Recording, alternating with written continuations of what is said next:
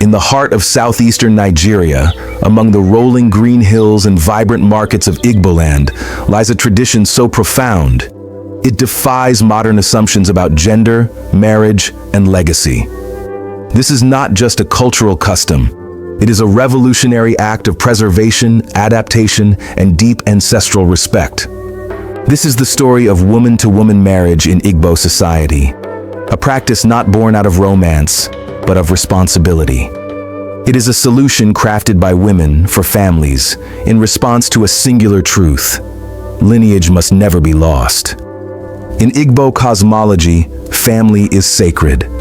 Ancestry is not just remembered, it is lived. Names are vessels of ancestral power, and to allow a family name to vanish is to break a divine covenant.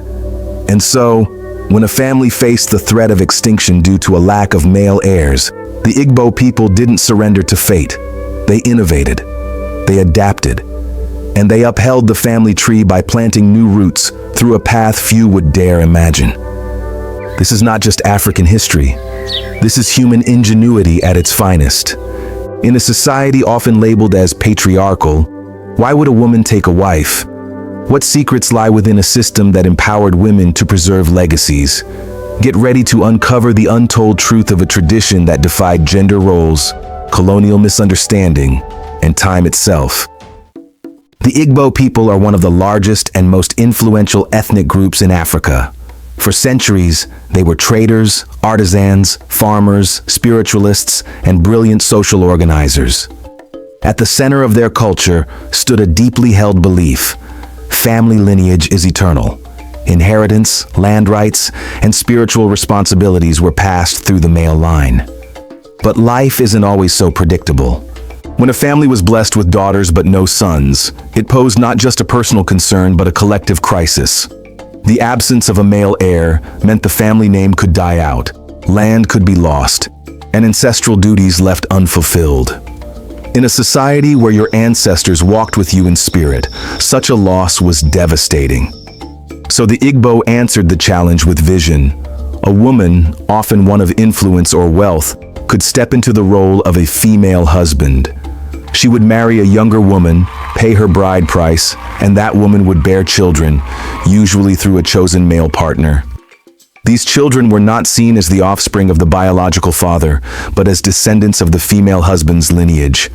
Her name, her family, her spirit, all would live on. This was not rebellion, it was respect for tradition, for family, and for life. At its heart, woman-to-woman marriage was a mechanism for lineage preservation. In the spiritual eyes of the Igbo, the ancestors demanded continuity.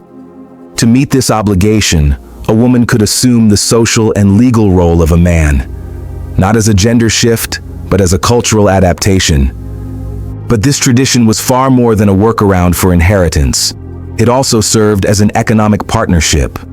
Wealthy women, widows, and successful traders often used this practice to expand their household labor force and strengthen their business networks. Their wives worked in the farms, markets, and homes, contributing to a shared prosperity. This was power reimagined, not through domination, but through collaboration. And for women who were barren or unmarried due to circumstances, becoming a female husband offered an honorable path to motherhood and status. Society saw them not as incomplete, but as pillars of continuity. In a time when womanhood was often measured by childbirth, the Igbo created a space where motherhood and legacy could still flourish, on their own terms. This was not just marriage, it was strategy, it was survival, it was solidarity. To the Western eye, woman-to-woman marriage may appear as a romantic or queer partnership, but that is a misreading through a foreign lens. In Igbo culture, this union was never about sexual orientation. It was a social contract, a carefully designed solution to protect the pillars of society: family, legacy, and labor. The British colonizers, unable to understand such complexity, labeled it unnatural. Colonial courts dismissed female husbands, nullified their rights, and introduced laws that invalidated indigenous systems. Christian missionaries condemned it as immoral, attacking not just the practice, but the cultural logic that supported it. Today, the echoes of colonial interference still shape how this tradition is viewed. In urban centers, woman-to-woman marriage is often dismissed as archaic. But in rural communities, the practice, though rare, still breathes. It reminds people of a time when women wielded influence not through rebellion, but through responsibility. This tradition dares us to ask, what is family? What is parenthood? Who gets to decide what a marriage is? In Igbo land, the answers were written not in law books, but in lived reality. What can the world learn from woman-to-woman marriage? Everything. It teaches us that tradition is not rigidity, it's flexibility. The ability to reimagine old customs to meet new realities. The Igbo people didn't wait for laws to change. They created new systems rooted in their values. In doing so, they proved that culture isn't static. It evolves. It teaches us that marriage is not just romance. It is a tool, a structure, a vessel to secure wealth, power, survival, and love, in all its forms. Through woman-to-woman marriage, the Igbo show us that innovation isn't just about machines or technology. It's about people. And finally, it teaches us that African traditions are not primitive. They are brilliantly complex, shaped by centuries of wisdom. This practice is not a relic of the past. It is a mirror to the future, a reminder that where there is will, there is a way. The tradition of woman-to-woman marriage in Igbo society is not merely a cultural curiosity. It is a profound social institution with centuries of historical significance. It emerged as a practical response to the Igbo people's deep commitment to family continuity, ancestral veneration, and community stability. In a world where lineage was everything, where one's name connected the living to the dead and the unborn, the absence of a male heir was not just a private sorrow. It was a spiritual and communal rupture. The role of the female husband, therefore, was not a rejection of femininity, but an embrace of responsibility. It reflected the Igbo belief that social roles could be flexible when the survival of the family and the legacy of the ancestors were at stake. The female husband was recognized not only by her household, but by the wider community. She performed the rituals expected of male heads of families, paid bride price, and in some cases even participated in political and spiritual leadership.